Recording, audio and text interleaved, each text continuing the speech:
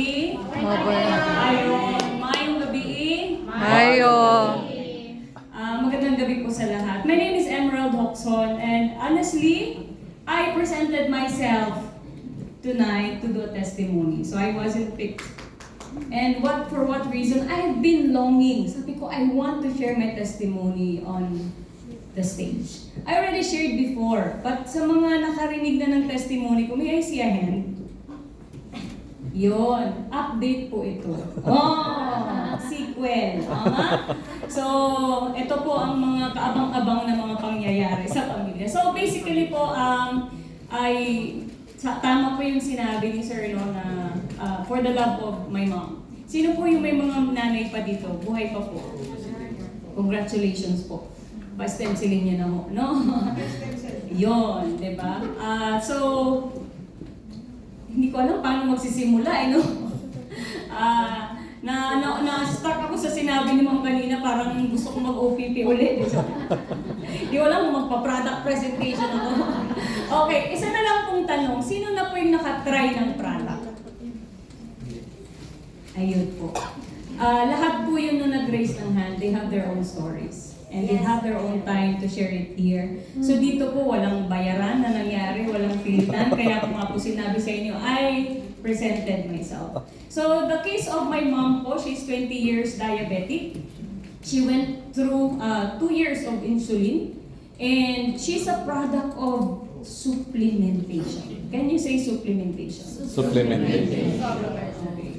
So basically, with that said, supplementation has limits.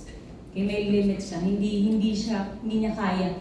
No? Because my mom, being a product of supplementation, had to go through stroke, and then cancer, and then amputation. Okay, so why am I saying that? We are in the category of supplementation, tama? Yes. But Portier is not just your ordinary supplement. Kaya nga po may mga testimony yung ganito. So if I may share, sir, slide please. Okay? Oh my. Oh. So, ladies and gentlemen, I'm sorry, no? Sino pong nag-dinner? Okay. So, this image po is what we had, pwede pa next, may isang picture po. Medyo nasagad kagad. Isa pa po. Okay, isa pa. Ay, okay, backtrack po ba? Okay. Isa na lang. Kasi medyo nahalo-halo po yung, nahalo-halo yung image. Isang slide pa, sir. Isa. Okay. This one. This is the initial. That's the first part. Which my mom was telling us, it was just a matter of, birthmark. Oh, birthmark. So, nung parang kumakapal, sabi ko, birthmark pa ba yan, ma? Parang hindi naman na ata birthmark yan. And then, pabalik, sir. And then, it became like that. So, hindi na ho birthmark, It's been there for 20 years. So, we decided to have it biopsy. Ito po yung cut for the biopsy. And the result po is invasive melanoma. Invasive melanoma is skin cancer.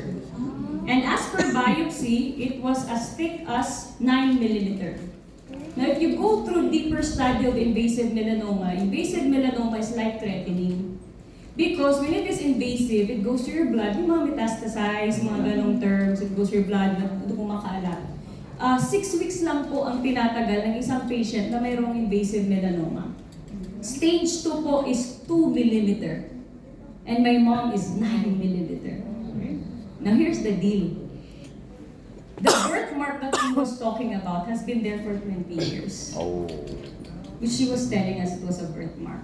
Now how did it come to this? Okay, how did it come to this? On that verge na na-stroke ang mother ko, that was the time, December, I was shared ng product.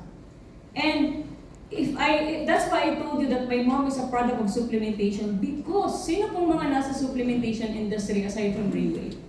Before coming to Rayway, you were in the supplementation industry. You can name names, but we don't have to drop names, alright? I've been in the supplementation industry for 10 years. And I wasn't there because I wanted to get rich. Sino po nandito para yumaman?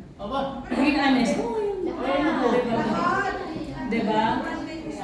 But then, previously on that 10th year journey in the supplementation, I wasn't there to get rich.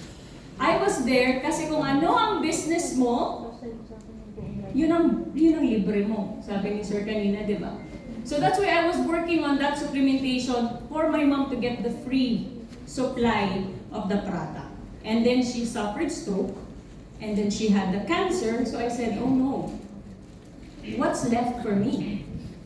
So my mom was asked to be amputated. As you can see, amputate naman talaga, aside from the fact that it's invasive melanoma, which is going for chemotherapy. So ang hingi sa amin ng doktor is 35,000 admission. Okay, do your math ha? 95,000 amputation and 600,000 chemotherapy. Now tell me, mahal ba ang 14? But I won't say mahal, I'll say priceless. Because it gave my mom back. Yeah. Alright? So this is the, kita nyo, 9mm, no? Na reading. A little lang timeline lang tayo ng konti para ma-appreciate nyo yung journey namin. Okay lang ba? Yes. If you can, it's March 28. Hindi po namin yan nakuha until November 4, 2023. We were not able to get this result. I was introduced to the product December 2022. So we had no idea that what was on my mom is actually cancer. No idea. On November 4, 2023, when we received this report, tapos na po mag-therapy ang mother ko. So that was, sabi nila, amputation. Sabi ko, no. Walang i-amputate. Bakit nag-therapy na eh? So the picture that you saw, yung may slice, yung mas malala, tapos na siya mag-therapy. So you wonder, oh, ba't ganun yung itsura? Diba? Kasi nag-therapy naman na, I thought, okay. So sabi ko, let's run a lab test. So we ran a lab test, and the lab test came out, and it showed no sign of inflammation whichever in any part of her body. And then the doctor was so surprised, how come the cancer is just concentrated dun sa toe? Wala, di ba? Sino pong may infection dito, and when you have infection, may kula-kulani pa kayo dito o dito. She had nothing like that. So because we were in question, oh bakit? And then we had to run another lab test with the same result. Finally, sabi ko, ma, uwi ka ng Cebu. You go to your doctor in Chongwa Hospital. Anybody familiar in Cebu? Chongwa Hospital? Yes. Her doctor there for 20 years. Your doctor will decide if you will go through amputation. Kasi we're at lost eh. Walang inflammation, walang sign of cancer, contained. Puputulin mo pa yan? So the doctor there said, oh, Amy, for 20 years, ngayon lang ako natuwa ng result mo. Kasi 20 years mong patient yan. In fact, every time she goes to for annual check-up, the doctor would say, uy, Amy, buhay ka pa. Ang galing ng greeting na nakaka-encourage siya. Buhay ka pa. Sabi mo, kasi graduate na yung mga kaklase niya eh. Na may sabay, nagpapapedicure ka pa? Alam mo ano? Diba ang tapang magpipedicure? Eh, sabi niya, alam naman, pacing ko yung ingrondo. So pagdating niya doon, ngayon lang ako natuwa sa result niya. So she shared, sabi niya, Doc, actually nagpupurtir ako. Kasi we never told the doctors. We were taking, alam na natin.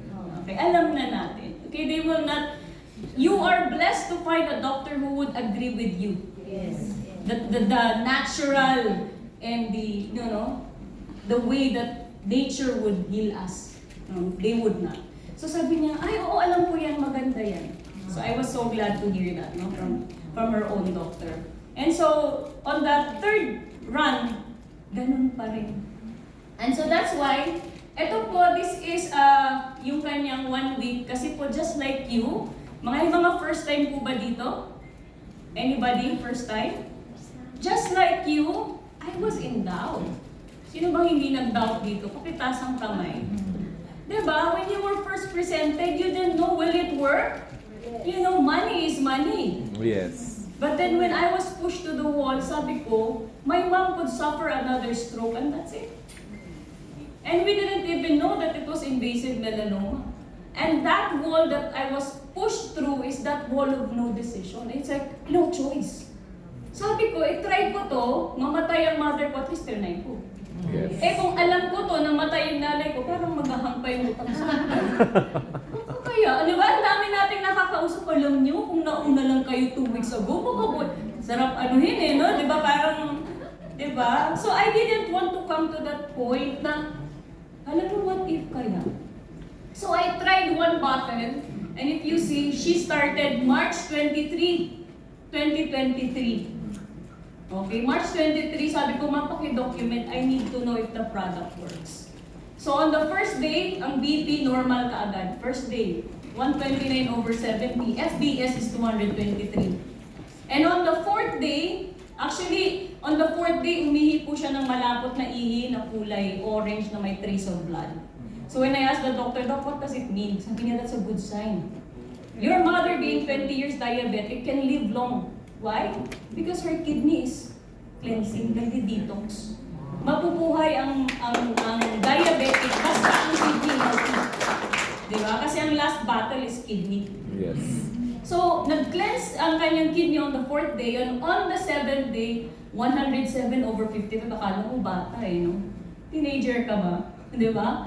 107/50, and the sugar went to 92. That's on the seventh day. Sabi ko, galing. Sabi niya, because nangatog yung tuhod na, she had to take, alam niyo na, power dose, no? She had to take coffee with sugar and soft drinks. And after taking the following day, FBS, 90. Sabi ko, hindi nagbibiro yung product. Tama, hindi po nagbibiro yung product. Okay? So, ito po, fickle-minded, in doubt. So, kung in doubt kayo, I agree with you, no? Pinatanggal ko po yung maintenance for 3 days. Sabi ko, tanggalin natin yung maintenance. Tingnan natin ano mangyayari. 285. No? So, we do not recommend. Okay? It's like building a house. Nagre-repair tayo And you're building a house without a scaffolding. Saan po kayo aabot? Wala po kayong maaayos.